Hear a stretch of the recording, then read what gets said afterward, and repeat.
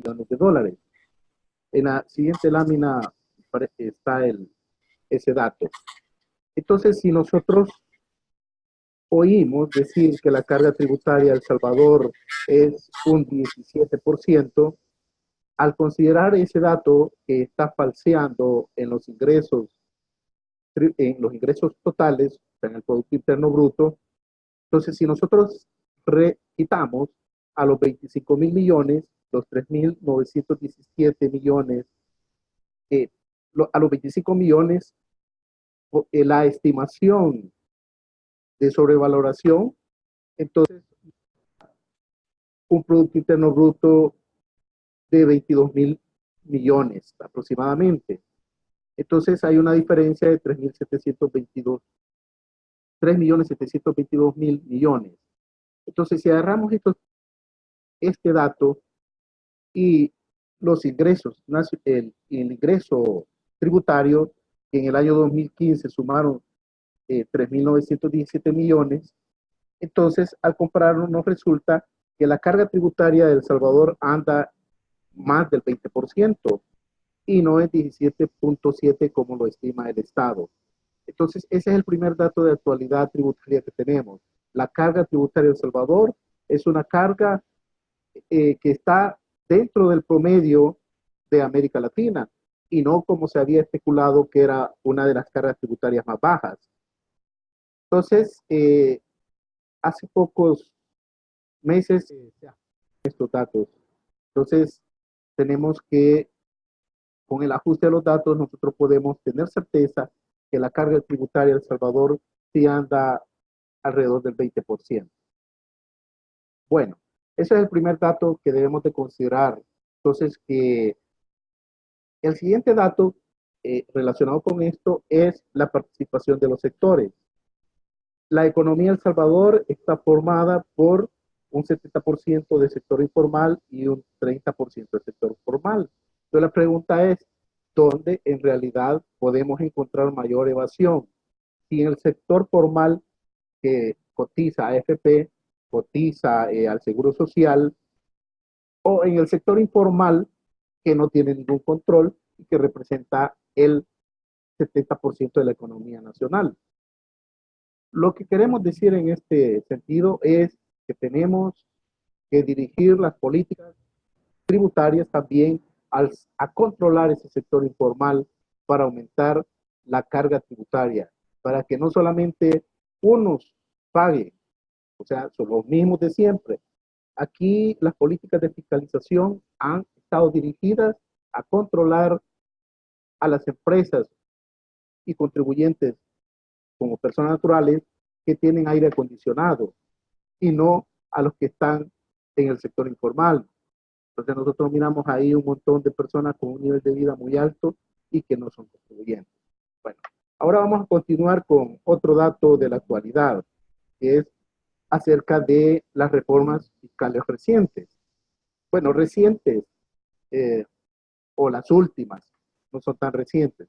La primera es el impuesto del cheque a las operaciones, el impuesto a las operaciones financieras, lo que conocemos como impuesto del cheque y retención a los depósitos. Bueno, estos ingresos anualmente representan unos 85 millones de dólares. Ahora, aquí hay un punto importante, que esta ley ha sido declarada inconstitucional.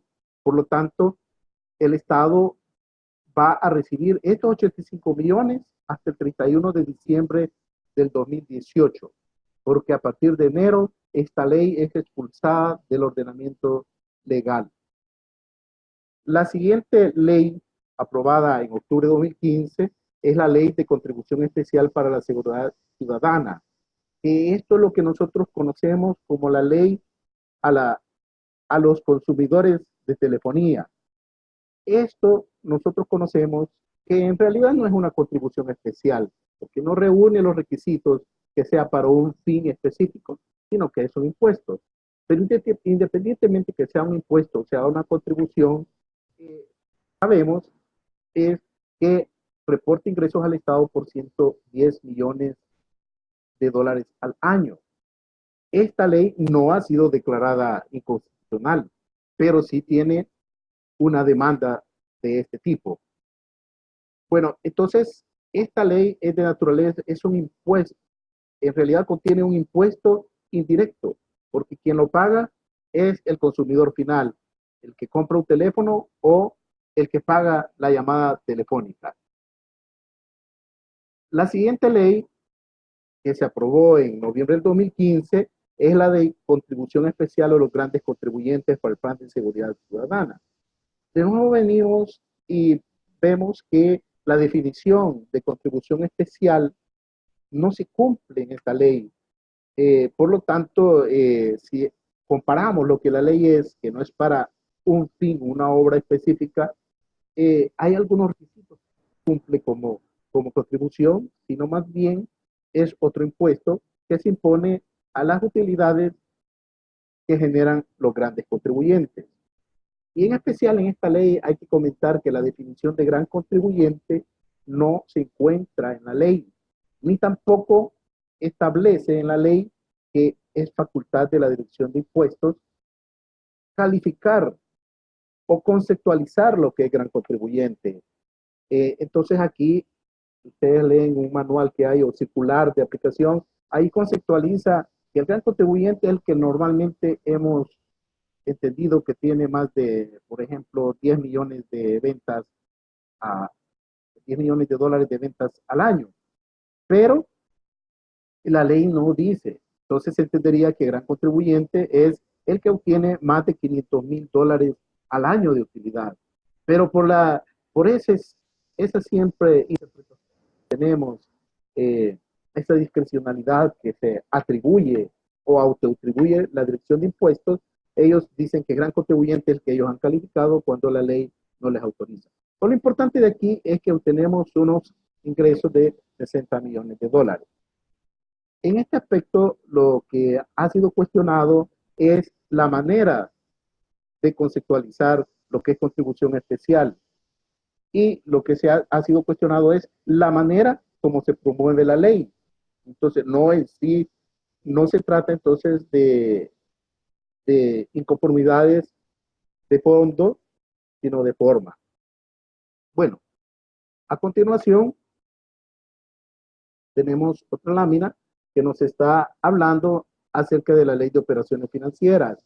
Entonces ya dijimos que es una contribución de unos 85 millones al año.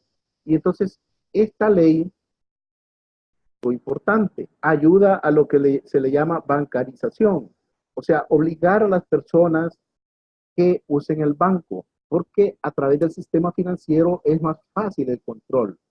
¿Y por qué traigo a la cuenta el artículo 50, el artículo 29A, numeral 23 y el 29, numeral 11 de la ley de impuestos sobre la renta, así como el 65 de la ley del IVA?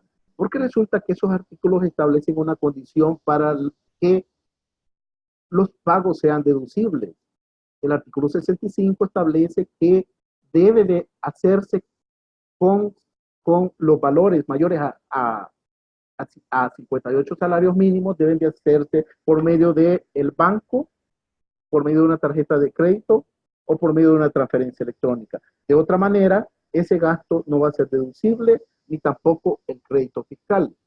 Pero hay algo importante que debemos destacar de asunto, que es adicional y es de actualización. La administración tributaria está objetando gastos por compra de bienes del giro normal que no están registrados en el inventario. ¿Qué queremos decir con esto? Si un contribuyente tiene compras de $1 millón y no utiliza el banco para pagar esas compras que sean mayores a 58 salarios mínimos, se le objeta. Pero además, si esa compra no está registrada en los inventarios, también es objetada. De manera que le están tasando el impuesto bruto sin aceptar deducciones, debido a una formalidad que es la de no llevar control de inventarios. Y eso lo dice el artículo 65 de la ley del IVA. Con respecto a esto, como se ha presentado en los últimos meses, en los últimos años, nosotros creemos que existe aquí una violación a un principio que se llama proporcionalidad. ¿Qué significa? Que la administración tributaria debe de buscar el cumplimiento de los fines, y el cumplimiento del fin es que el contribuyente pague el impuesto que le corresponde, no el impuesto que no le corresponde. Por tal motivo, nosotros creemos que hay una violación a este artículo. Posiblemente en el futuro se presente una demanda por esto, y al final creemos definitivamente que aquí el castigo por no llevar inventario es una multa por no llevar inventario, pero no puede objetarse el gasto al 100%. Eso es de actualidad, porque hace unos cuantos meses que hemos observado esa objeción. Bueno, continuamos con las sentencias de inconstitucionalidad que se han emitido últimamente. Existe un decreto que es el 762 de la Ley de Impuestos sobre la Renta, que se declaró totalmente inconstitucional. Antes, el pago mínimo del 1%, que es el contenido en este decreto, ya habían sido declarados algunos artículos, pero eso se le llama una inconstitucionalidad de fondo, porque se vieron algunos artículos. En este caso, se trata de una inconstitucionalidad de forma y afecta a todo el decreto legislativo. Por lo tanto, al afectar todo el decreto legislativo, también se declara inconstitucional la disposición que derogaba la exención del artículo 8 de la ley de imprenta. ¿Pero en qué consiste ese artículo 8 de la ley de imprenta? El asunto es que ahí se declara libre de impuestos la actividad de imprenta, entendiéndose la actividad de imprenta como importación, producción y venta de... Esto no estaba sujeto a renta. Con la reforma del 2014, estas empresas tendrían que pagar impuestos sobre la renta. Ahora, a partir de enero del 2019, como esto es expulsado, vuelven a su situación anterior. Y si no hay una ley que sustituya esta, entonces las empresas que tienen actividad de imprenta no deberán pagar impuestos sobre la renta. Pero tenemos entonces, eh, antes de decir, no estoy ni a favor ni en contra de que las imprentas paguen impuestos, más quizás estaría a favor de que todos tributemos, ¿vale? Pero en este caso tenemos estos 6 meses que faltan del año 2018 y el año 2019 para proponer una nueva ley de manera que este tipo de actividad pague renta. Nos referimos específicamente a las distribuidoras de libros y a las distribuidoras de periódicos, ¿verdad? Que por ahí dicen, los periódicos no pagan impuestos. Sí, no pagan impuestos de IVA, pero de renta sí están obligados según esta disposición legal. Ahora bien, volvemos al punto, con esta expulsión del ordenamiento jurídico de la ley, las imprentas no pagarán impuestos, entendiéndose como imprenta toda empresa que se dedica a importación, producción y venta de libros. La siguiente inconstitucionalidad es las operaciones financieras. Como decíamos, ha sido declarada ilegal a partir de enero del 2019.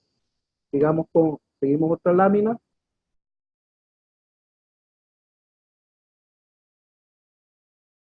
Entonces, aquí está un resumen del contenido de la inconstitucionalidad del Código Tributario. Lo que ha sido decretado en resumen es, se reformó en el 2014 el hecho de que las empresas están obligadas a usar los precios de mercado en sus transacciones con partes relacionadas. Sin embargo, esa obligación no estaba definida los criterios que se iban a utilizar para la prueba respectiva. Entonces, con la reforma se incorporó que tenía que usarse los criterios establecidos en la OCDE o en el Código Tributario. Con la expulsión del ordenamiento jurídico solo queda vigente la disposición que el contribuyente debe de vender a precios de mercado, pero no tiene ningún desarrollo, o sea, que no necesariamente se debe de usar las directrices de la OCDE. Eso al final, si usted prueba de alguna manera que vende a precios de mercado, pues sería válido no se incorpore nuevamente un artículo parecido.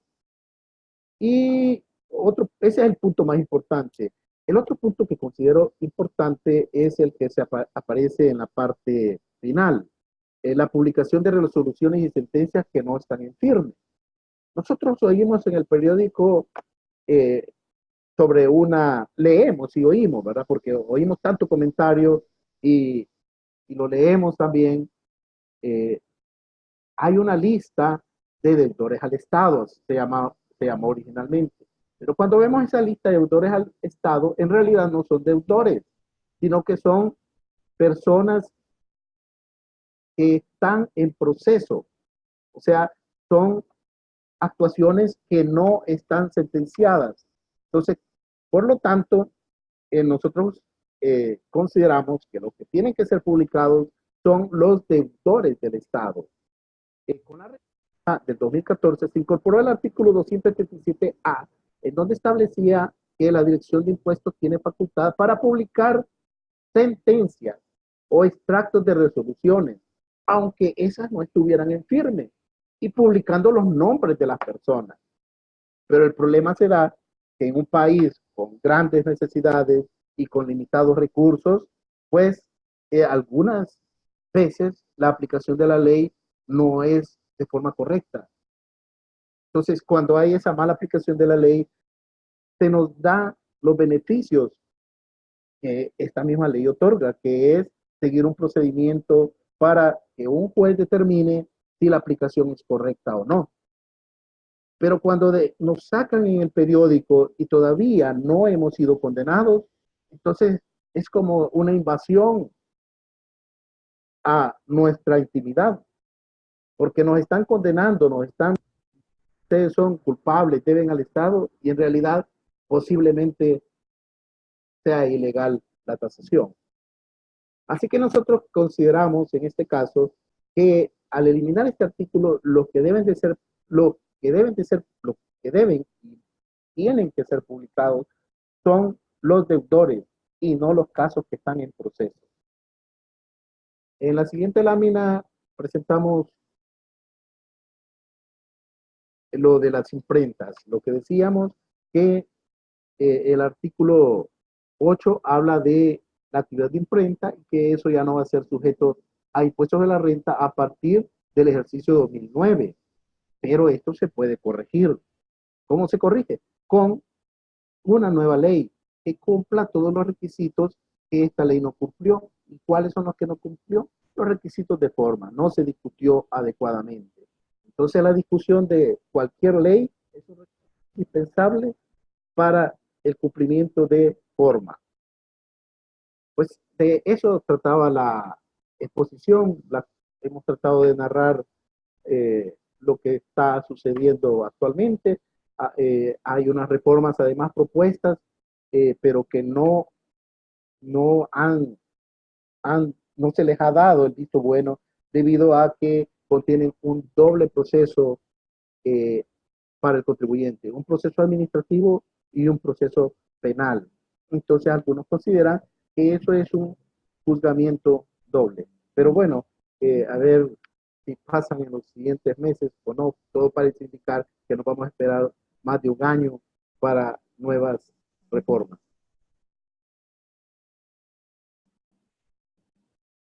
Bueno, yo hasta aquí llegaría con la exposición. Muchas gracias, estimado Carlos. Excelente, puntuales los asuntos tratados. Muchas gracias.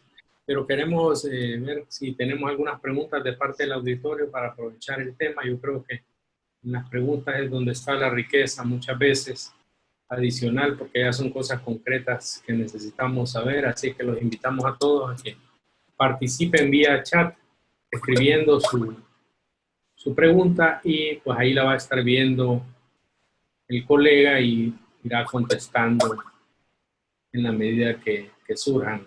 Para ver el chat pueden pasar el puntero del mouse por la parte inferior de su pantalla. Si no se les ha desplegado, hay una opción que les dice chat. Pasando el puntero del mouse en la parte inferior, dice chat, dan clic y se va a desplegar Vamos a ver si hay algunas preguntas por ahí.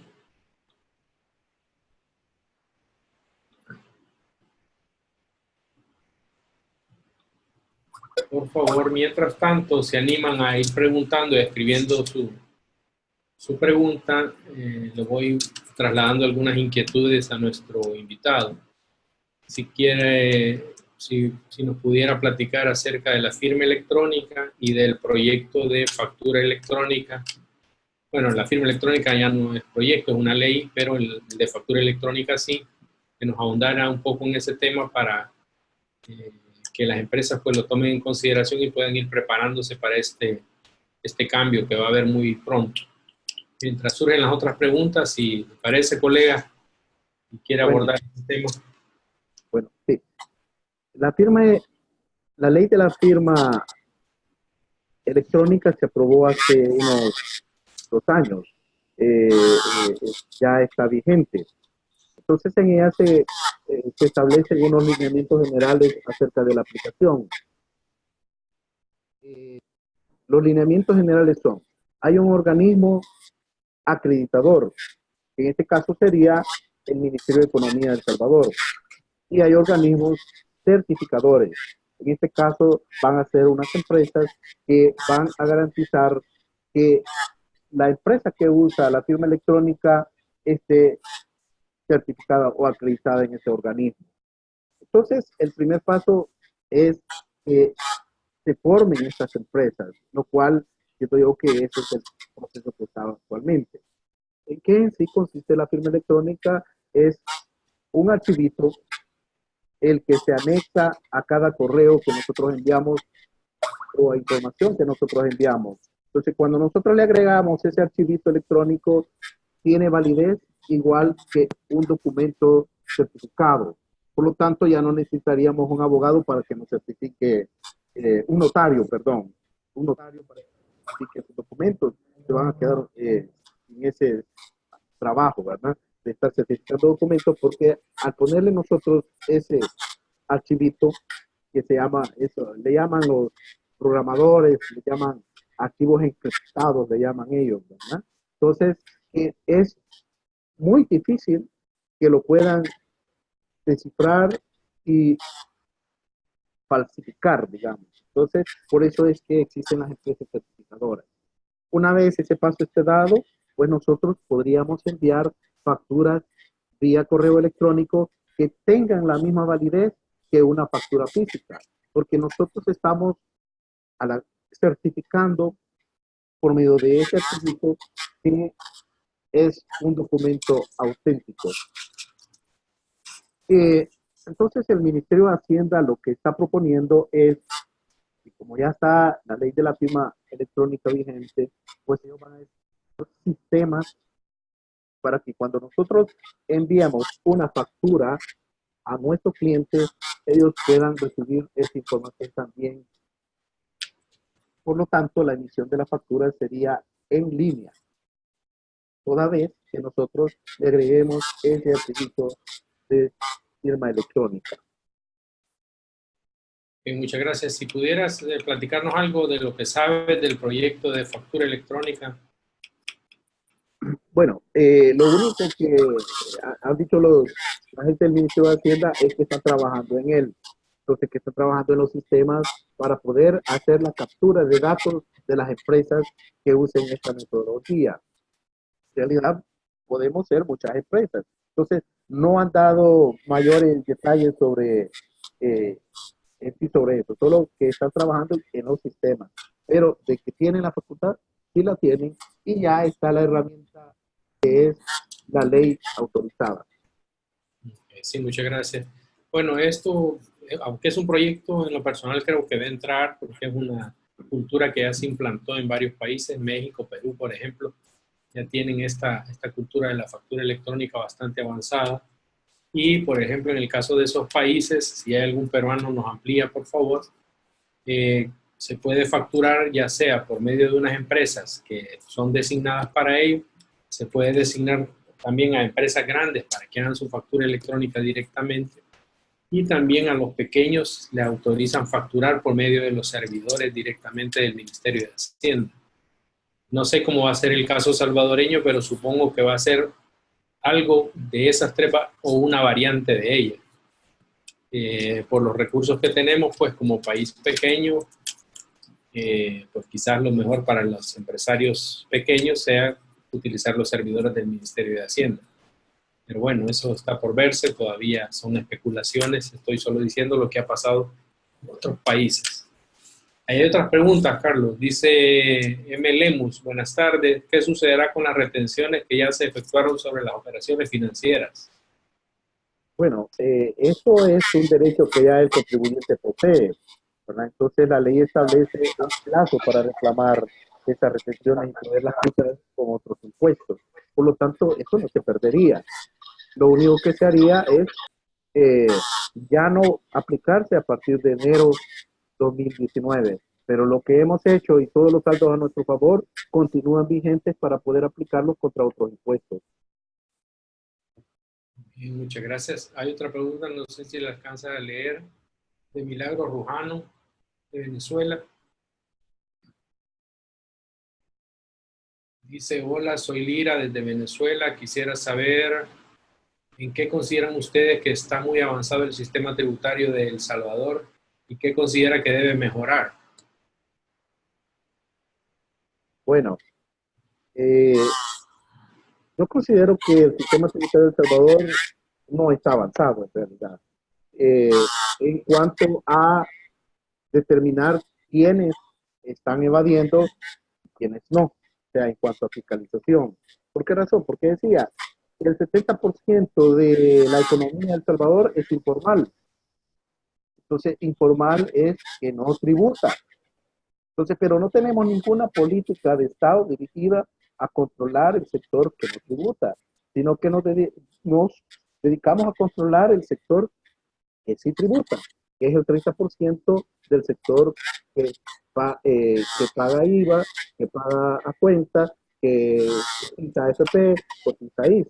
Eso considero que estamos atrasados, adelantados. Con los servicios que el Ministerio de Hacienda presta están bastante eficientes. Si se va a tramitar un NIT o una tarjeta de IVA, se lo dan en unos 10 minutos y lo atienden muy rápido. Las declaraciones en línea, eh, casi todo ya ahora ya no necesitamos gastar tanto papel.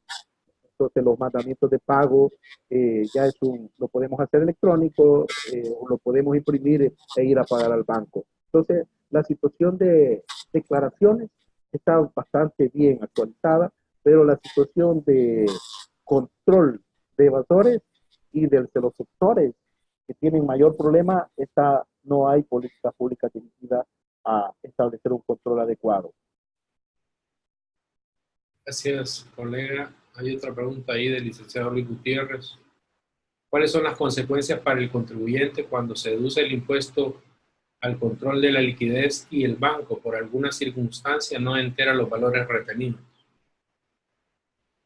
Lo que sucede es que usted está haciendo uso de una retención a la cual todavía no tiene derecho, porque Hacienda no ha recibido el pago. Entonces, usted puede hacer uso de cualquier crédito a favor que haya constancia y que haya evidencia que el banco lo ha recibido. Pero mientras no hay esa evidencia, usted no tiene derecho y tiene que arreglar con el banco. Entonces, la consecuencia es que si es un valor considerable, pues seguramente le van a mandar a llamar y decirle que corrija la declaración. Bien. Vamos, anímense, escriban sus preguntas. El tema realmente da para muchas cosas. Aprovechemos que Carlos Hipólito es un experto en impuestos, así que yo creo que él no se molestaría si le sueltan una pregunta de cualquier otro tema tributario. Claro, él está en la libertad de responderla, ¿verdad? Pero esperamos que sí la va a responder. Anímense, anímense. Bueno, si nadie se anima, les sigo contando otro punto que tenemos ahí de Ahí tenemos actualidad. una de Marce Santa María. Bueno. ¿Creen que con la factura electrónica se evitará en gran medida la evasión fiscal de aquellas empresas que no emiten documentos? Bueno, lo que sucede es que el contribuyente que evade ya tiene una costumbre sistémica, le podemos decir, ya es de su naturaleza, sí, ¿verdad? No es un contribuyente cumplidor, entonces él busca maneras y maneras que hay es ponerse de acuerdo con el cliente, por ejemplo, decirle te voy a facturar a menos valor y colocar otro valor en la factura que se declara. Eso muchos lo hacen en el sector ahí de la mediana y pequeña empresa. Y entonces es una medida de control, pero todo aquel contribuyente que eh, sus clientes le exigen una factura, un documento para poder deducirlo en el gasto, o sea, que son contribuyentes de impuestos. De un contribuyente a otro contribuyente existe un buen control y mediante la factura electrónica sería mejor control. Pero cuando nos topamos con personas que son consumidores finales, que a ellos no les interesa recibir facturas, pues siempre vamos a tener el problema. Entonces ahí se necesita lo que le podríamos llamar una cultura tributaria, una filosofía de pagar lo que se debe de pagar, no pagar más de lo que la ley exige, pero tampoco pagar menos. Gracias, Carlos. Bien, nos ibas a comentar algo mientras surgía otra pregunta. Adelante.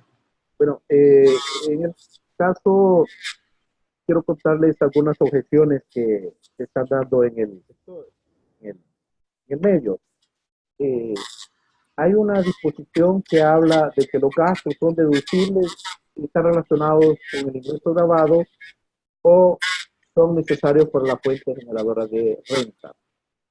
Entonces, sucede que cuando se evalúa eso, hay un criterio muy subjetivo de decir que algunos gastos no son necesarios para el mantenimiento de la fuente. Muy subjetivo, solo de palabra se fiscaliza.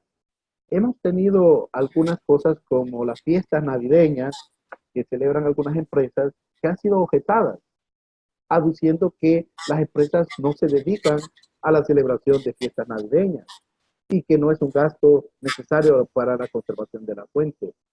Nosotros totalmente estamos en desacuerdo porque creemos que este tipo de gastos, como por ejemplo mantener bonita la oficina, administrar los empleados, el motivarlos por medio de la fiesta navideña, contribuye a mejorar el ambiente de trabajo. No es lo mismo tener un empleado desanimado que nos atiende mal cuando llegamos, porque, bueno, a nadie le gusta eso, y dice que esta empresa es la cara que tiene, ¿verdad? Que es la que está primero en la de recepción o el vigilante, que a tener un personal motivado.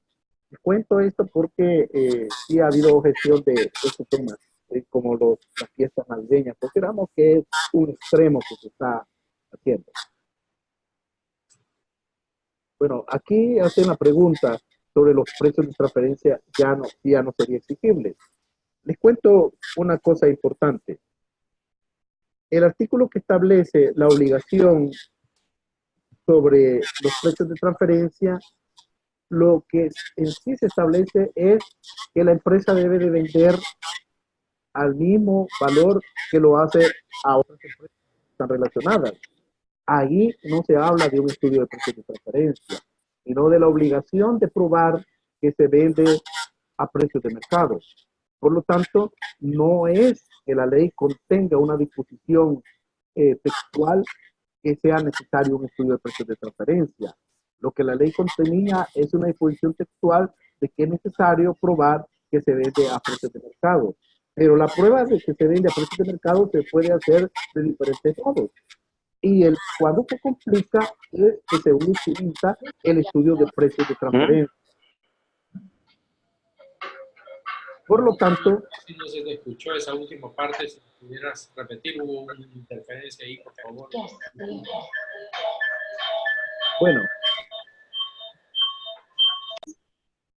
Bueno, decía, el artículo que habla de los precios de transferencia habla de la obligación de vender a precios de mercado. En un momento establece una disposición de que sea obligatorio un estudio de precios de transferencia. Lo que la modificación trajo es que debería de hacerse de acuerdo a los lineamientos de la OCDE. Y entonces cuando esa disposición entre en vigor, significa que las empresas sí tienen que preparar un estudio de precios de transferencia para aplicar esas disposiciones de la OCDE. ahora que ha sido expulsada del ordenamiento jurídico, a partir del enero de 2019, basta que usted pruebe que vende a precios de mercado para que la disposición legal se cumpla. Sin embargo, debo aclarar que, aunque no sea obligatorio el estudio de precio de transferencia, porque lo obligatorio es vender a precios de mercado, que no es lo mismo, porque yo puedo probar que vendo a precios de mercado y con solo pruebo que tengo otro similar y le vendo al mismo precio que a mi parte relacionada. Y no necesito un estudio de precios de transferencia. Lo que complica es que se hace necesario un estudio. Ahora bien, aunque haya sido expulsado el ordenamiento jurídico, el lineamiento que debe de ser conforme a la OCDE, no quiere decir que no se vaya a implementar, porque hay un proyecto de ley que establece que va a ser obligatorio, igual que el dictamen fiscal, y que va a ser, ya no, va a ser un contador público, una firma de contadores públicos, los que van a estar facultados para hacer este estudio. Entonces ya no van a ser economistas ni administradores de empresas. Ese es el proyecto que está. Y ahí hay otra pregunta, Edwards. No sé si la lees, la alcanzas a leer por ahí. Sí, sí, la leo.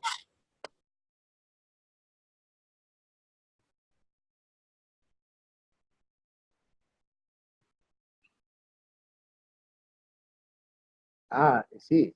Él está, don Edward está comparando en Venezuela y lo que nosotros tenemos por acá. Sí, la diferencia es que según el presidente de Venezuela sí está contenido en una ley, donde dice que estos gastos eh, exigidos por medio ambiente no son deducibles. Y en el caso de El Salvador, estos gastos no está establecido textualmente que sean gastos no deducibles, porque la condición general de deducibilidad es que sean gastos del negocio, como el artículo 29, primer inciso, y que sean necesarios para la generación del ingreso, en este caso los costos, y para el mantenimiento de la fuente. Y la fuente es entendida como todos los recursos que posee la empresa. Y los recursos de la empresa son materiales, humanos, financieros.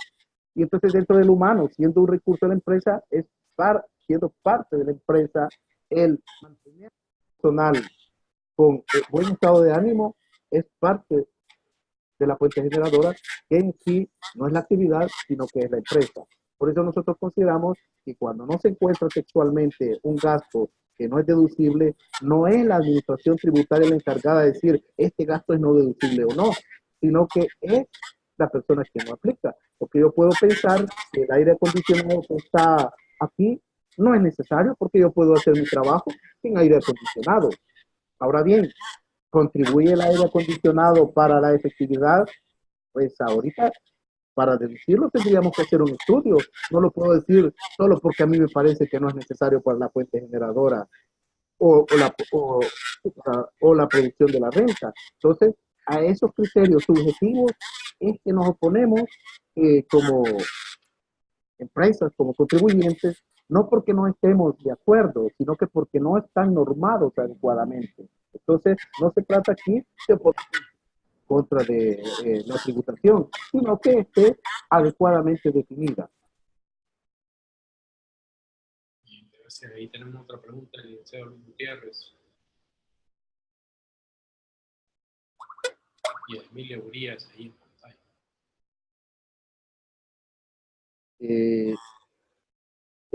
Aquí habla de la contribución, son deducibles según el artículo 29 de la ley de la renta. Y la contribución especial es no deducible.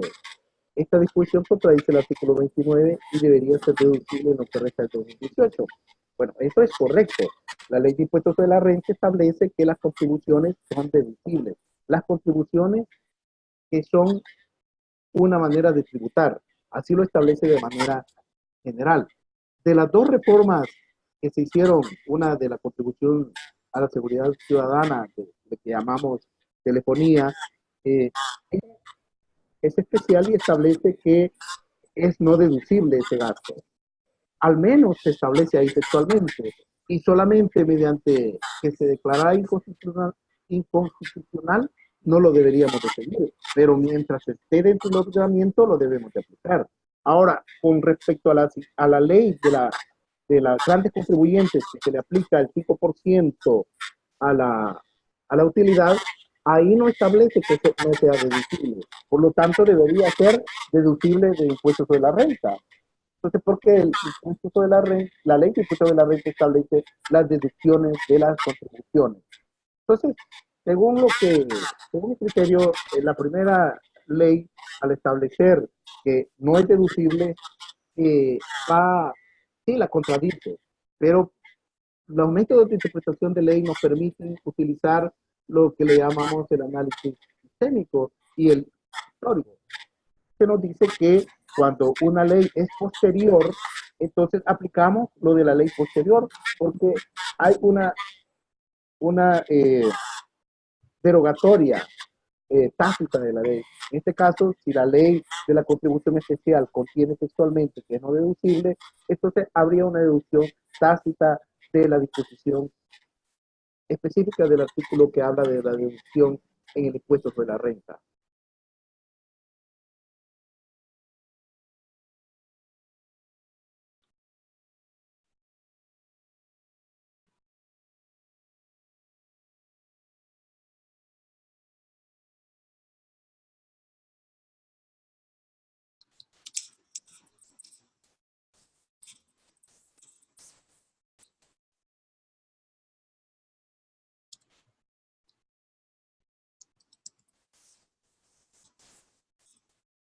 Estaba contestándole a alguien en un chat privado que no escucha.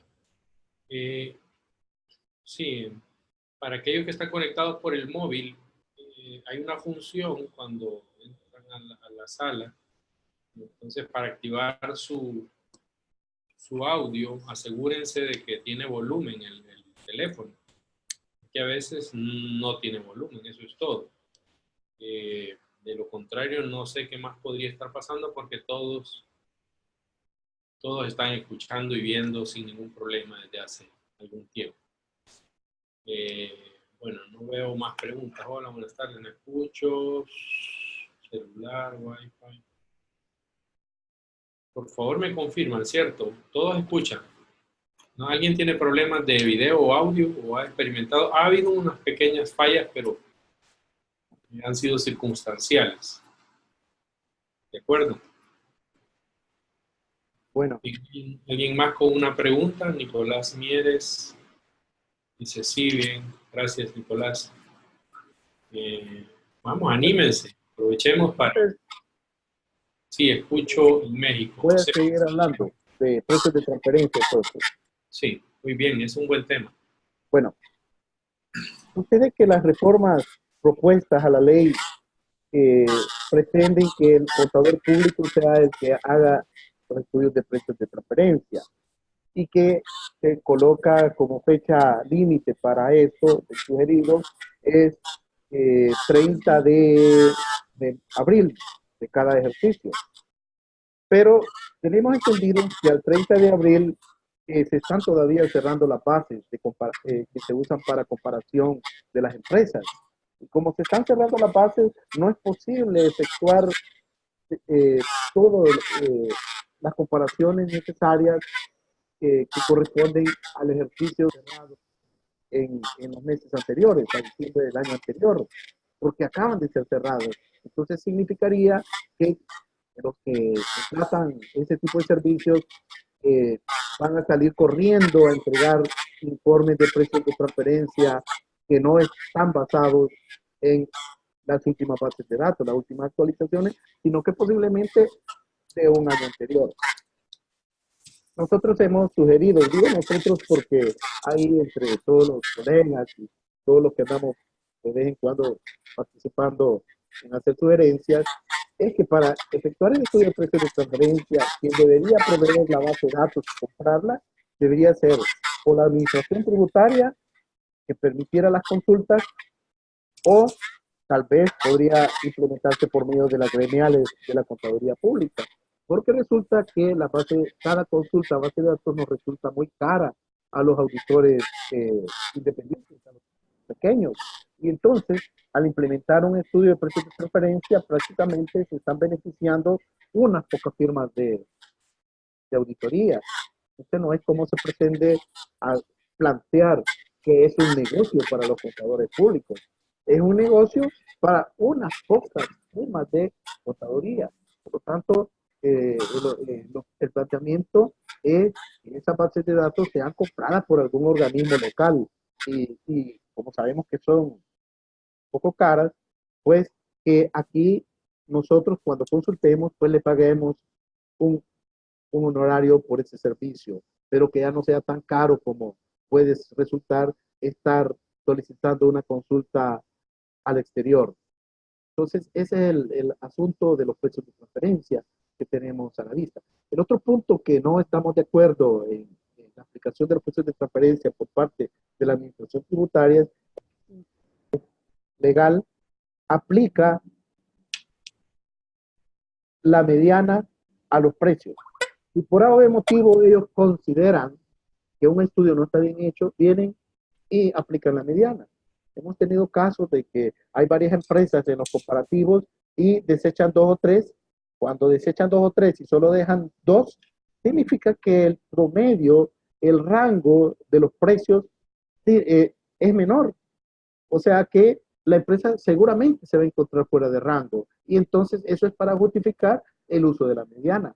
Sin embargo, los lineamientos de OCDE no establecen textualmente el uso de la mediana, sino que establece que cuando no se pueda establecer, se puede utilizar una medida de tendencia, de ese tipo de tendencia, como puede ser la media aritmética o la mediana o la moda. No establece textualmente que sea la mediana.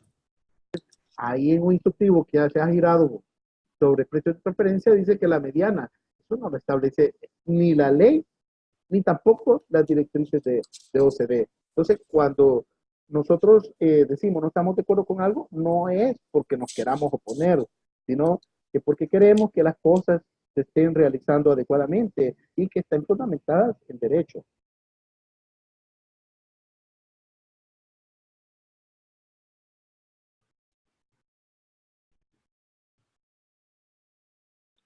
Bueno, no, si eso es lo que les tenía que comentar de precios de preferencia. El otro punto que estábamos hablando era de la deducibilidad del gasto. En relación a los gastos, decía que según los tratadistas tributarios, quien determina que un gasto es necesario no es la administración tributaria, sino que es la necesidad que tiene la empresa de realizar ese gasto. Hola. Estoy manifestando un ejemplo con el aire acondicionado. Entonces, sin aire acondicionado podemos hacer el trabajo, pero no sabemos la eficiencia y la eficacia que vamos a tener. Entonces, por lo tanto, para determinar que ese aire acondicionado no es necesario para el negocio o para el mantenimiento de la fuente, tendríamos que hacer un estudio y determinar cuánto rinde una persona sin aire acondicionado y cuánto rinde la misma persona con aire acondicionado. Entonces, y tener una base para poder afirmar. Pero cuando nosotros de un tajo decimos que ese no es un gasto necesario, estamos siendo extremadamente eh, extremistas, valga la redundancia. ¿Por qué? Porque la ley no me autoriza a calificar a mí si un gasto es deducible o no.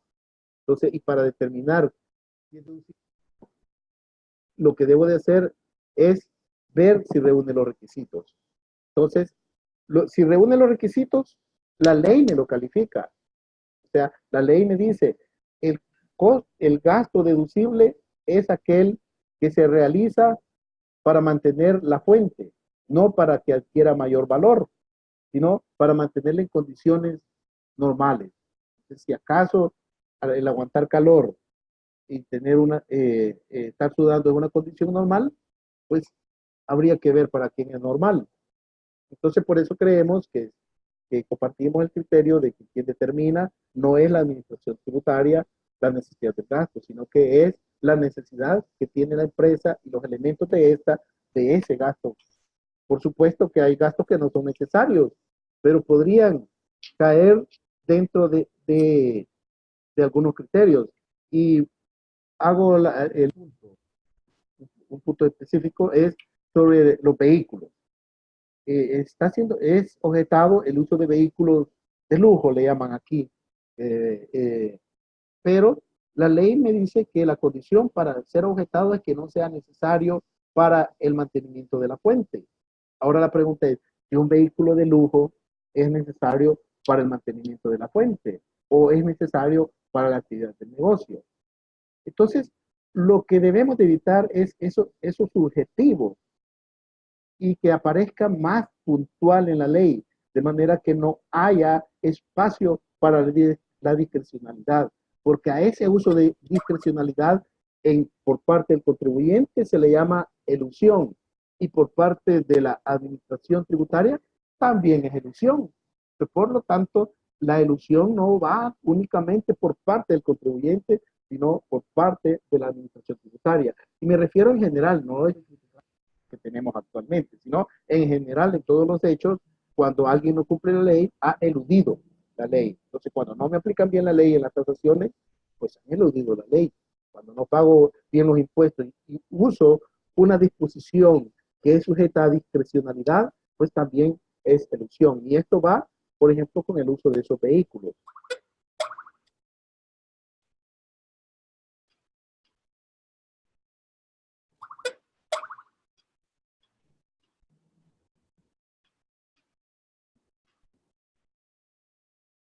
Ahí está la pregunta de Marce que tiene relación con lo que decías. Y la pregunta de Manuel Garrido.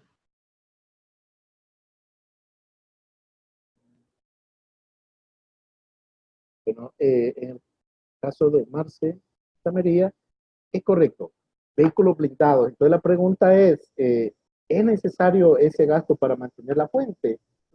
En sí es la fuente. Entonces volvemos a que la fuente no es la actividad que genera el ingreso, sino que la fuente es quien genera la actividad y la actividad está generada por una empresa. Entonces, que se dedica, y es un gasto de la empresa, tal como dice la ley, pues debería ser deducible. Y si no, debería estar textualmente en la ley que no es deducible. En este caso, cuando hablamos de vehículos de lujo, debería de estar textualmente que los vehículos de lujo, pero el problema es que es de lujo, porque para alguna gente que no come 3 veces al día o que no come carne, digamos, comer carne es un lujo, pero para los que están acostumbrados a comer carne, entonces eso no es un lujo. Lo mismo para alguien tener un carrito barato. Cuando yo tenía pues 7 años soñaba con un carrito de esos feitos, los que salen en unas películas, eh, eh, carabajos, ¿verdad? Entonces hoy cuando lo mismo, qué carrito más feo, ¿verdad? Entonces, o tal vez no, ¿verdad? Tal vez somos coleccionistas, pero esos conceptos son discrecionales, entonces deberían de estar muy definidos y la consideración de lo que es de lujo debería estar con los criterios para hacerlo. Por ejemplo, vehículos mayores a tal precio o vehículos, no podemos poner marca, ¿verdad? Entonces debería de tener los criterios, porque si no es muy subjetivo.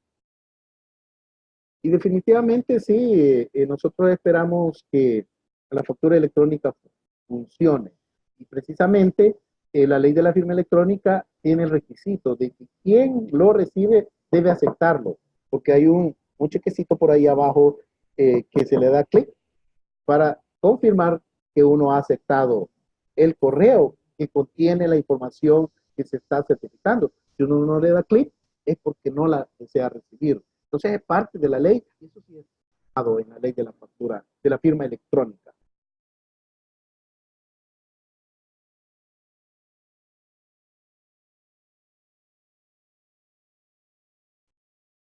Edwards pregunta, ¿cómo se concibe su sistema tributario del gasto que deben incurrir las empresas por colocar GPS en los vehículos que reparten mercancías?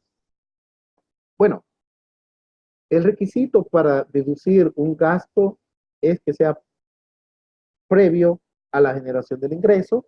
Eso se llama un gasto necesario para la generación del ingreso o que sea necesario para el mantenimiento de la fuente, o sea, los elementos de la empresa. En este caso, de los vehículos que tienen GPS, que reparten mercadería, es previo a la generación del ingreso.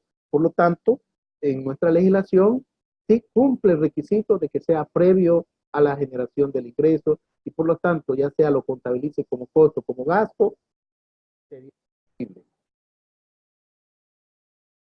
Perdón, sería Deducible, deducible. Es parte más, del costo más o gasto. seguridad, es parte de la mantención de la fuente siempre. Es porque es necesario para la generación del ingreso, porque Exacto. es previo a la venta, porque la venta se realiza cuando es entregada la mercadería al cliente. Entonces reúne la condición de que sea previo al ingreso. Menciona don José Mancilla, los gastos deducibles para la empresa pueden ser defendidos cuando ascienda a los OGT. ¿Cree usted que se puede ganar algún caso fiscal? Bueno, se ganan muchos casos fiscales. En realidad hemos tenido la experiencia de ganar muchos casos fiscales en la etapa del Tribunal de Apelaciones y en la etapa de los procesos administrativos. Entonces, yo podría hacer una mención de casos que se han ganado. Sobre la telefonía internacional, sobre las llamadas entrantes internacionales. Ese caso nosotros consideramos que era una exportación de servicios porque lo usa el que origina la llamada, está ubicado en el exterior. La dirección decía que no, se le ganó el caso y está publicado en el sitio web de la Corte. Es un caso relevante, hasta me puedo la referencia, que es 196A, 196A 2001, ¿verdad? Entonces, ese es el caso donde se aclara lo que se entiende por consumo tributario desde el punto de vista del criterio de país de destino.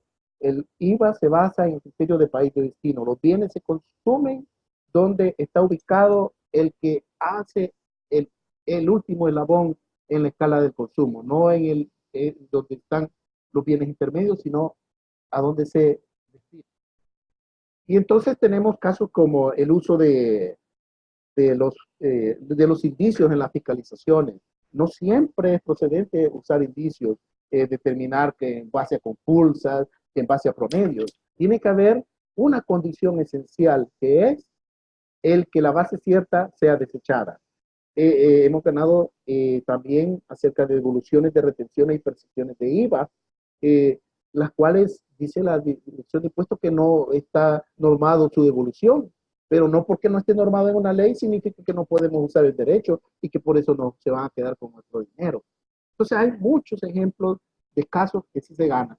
Más de los casos, diría yo que si se trataran con total imparcialidad, 50% de los casos deberían ser dados a favor del contribuyente, porque los otros 50 restantes son, son aplicados correctamente, pero el que a favor del contribuyente es totalmente incorrecto. Entonces sí hay muchos casos.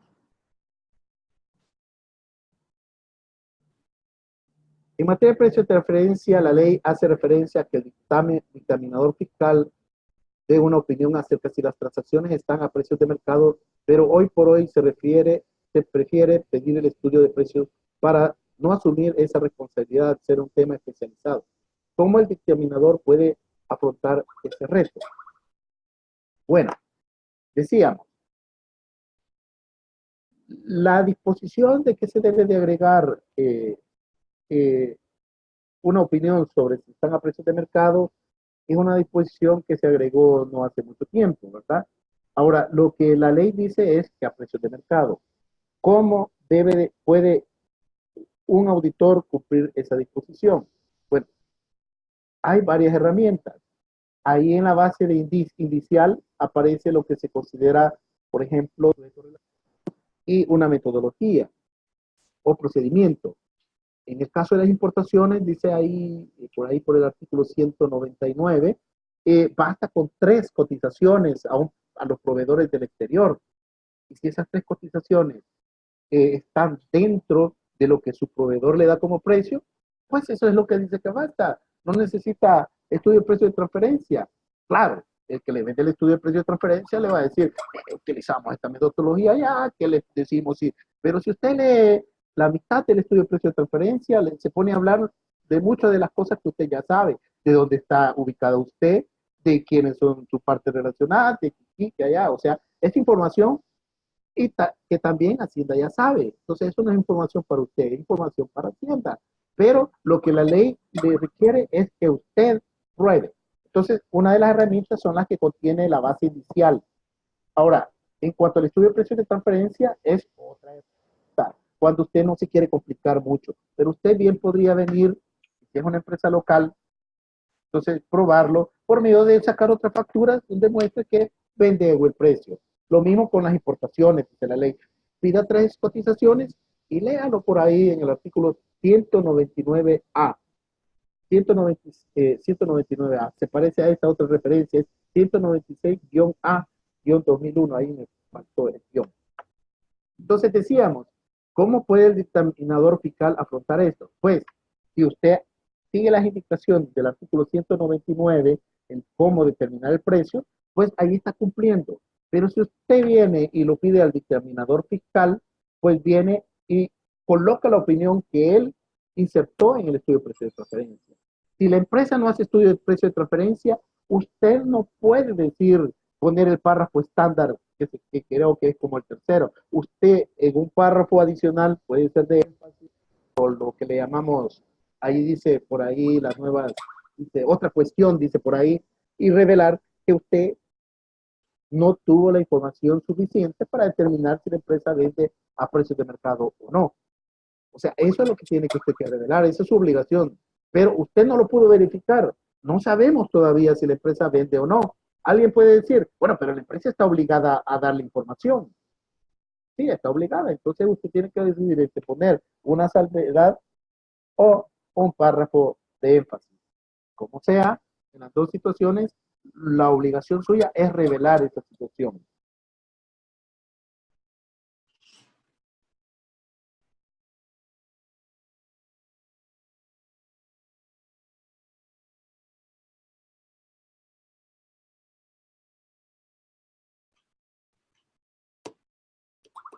Bueno, creo que se terminaron las preguntas. Sí, bueno. Tenemos las 2:05, 16 horas en el este de Estados Unidos, no sé a qué hora en España, como a las 10 de la noche. Bueno, agradecemos en primer lugar a Carlos Hipólito López por interesante charla y atender las preguntas bien específicas. Ahí hay otra vida de José Mancilla. Aprovechemos y si puedes, todavía Sí, tienes tiempo. sí. Con respecto al estudio de precio de transferencia, se aplica para transacciones domésticas y del exterior. El artículo 72A establece que las transacciones entrerelacionadas, entonces no especifica si el exterior o la doméstica, por lo tanto es el universo completo. Entonces, tanto internas como externas. Si mi empresa hizo una transacción no material con el exterior, debo hacer el estudio. Pues bien, vemos que aquí hay una calificación también que el auditor hace, porque al final la ley no establece la obligación de hacer un estudio de precios de transferencia, como decía. La obligación que la ley establece es que usted venda precios de mercado. Entonces, no, o sea, hay que tratar de ver que no se trata de un estudio en sí. Si eso, el estudio es una de las formas que hay. Si usted logra probar que vendió a precios de mercado, pues entonces usted no necesita más. Ahora, hay un indicador. En la ley establece cierto límite para informar las transacciones entre partes relacionadas, que son como $571,000. Por ahí anda el valor. Entonces, eso no quiere decir que las transacciones menores estén excluidas de vender a precios de mercado. Entonces, en teoría, usted debe de probar que vende a precios de mercado. Entonces, no es necesario hacer un estudio, como ahí pregunta, pero sí probar precio de mercado. 3. Si por considerar que no es material, no lo hago y Hacienda me pide estudio, ¿qué pasa? Mire, generalmente Hacienda no se detiene en asuntos no materiales. Entonces, se detienen asuntos de gran importancia cuando la matriz transfiere mucho inventario, cuando hay muchos cargos por contratos de administración, entonces, y que representan valores considerables. Entonces, si es un unos $10,000 que paga, por eso no le van a pedir un estudio. Entonces, aunque la ley no lo dice, pero no se va a perder tiempo en andar viendo cuestiones pequeñas. Eso es lo que opino. Entonces, ahora, si lo pide, pues sí estaría obligado, porque la ley no da límite. Es como la retención del 10%. La ley no pone un límite y por lo tanto, aunque pague un centavo, debe de retener. Pero al pagar un centavo, no puede retener un centésimo, porque no existe. Excelente. Bueno, y sí creo que podemos ir cerrando, si te parece, Carlos. Bueno, ha sido un Bueno, muchas gusto. gracias. Muchas gracias, Carlos. ¿Quieres decir algo finalmente?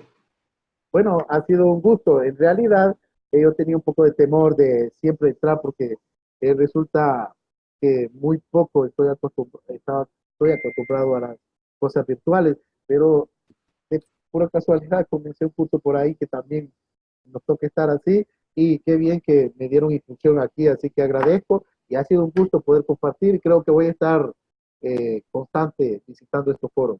Muchas gracias. Muchas gracias y te tomamos la palabra. Te vamos a invitar más seguido y ojalá que nos aceptes. Muchas gracias, Carlos, por tu Bueno, a la participación orden. en este evento.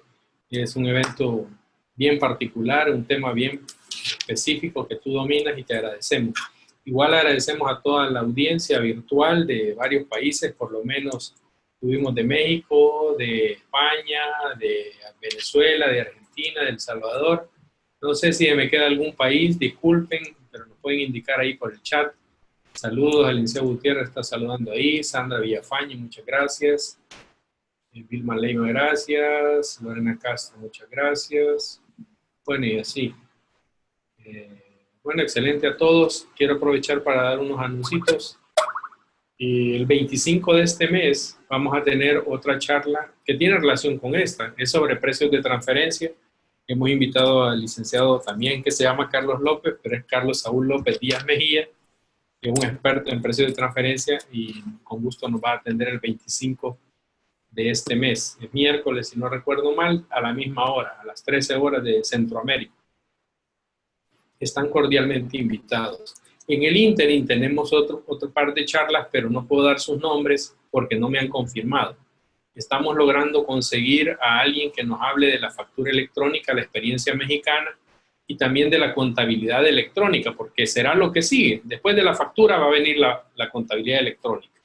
Entonces son dos temas que van asociados y que es importante que los conozcamos con anticipación para que podamos hacer las recomendaciones pertinentes y las empresas puedan hacer los cambios necesarios. Así que muchas gracias y están invitados, esperen ahí la información, pero ya los que estuvieron ahora no necesitan otra invitación, están invitados de hecho. Luego aquí hay unos mensajes adicionales, disculpe si pueden nos enviar información al respecto, sí. Muy bien, no hay problema. Contabilidad electrónica existe en México. Exacto, José Mancilla. A ver si te animas tú, José, a explicarnos el tema de la factura electrónica y la contabilidad electrónica en México. Solo nos coordinamos y con mucho gusto nos cuenta la experiencia mexicana. Será fabuloso escuchar ese caso. Y yo creo que todos estarían muy anuentes, aunque no es el tema exactamente como va a ser en El Salvador, pero nos va a ayudar tremendamente a preparar, a dar buenas recomendaciones. Así que muchas gracias. Hasta la próxima, amigos. Cuídense. Que estén bien. Un abrazo.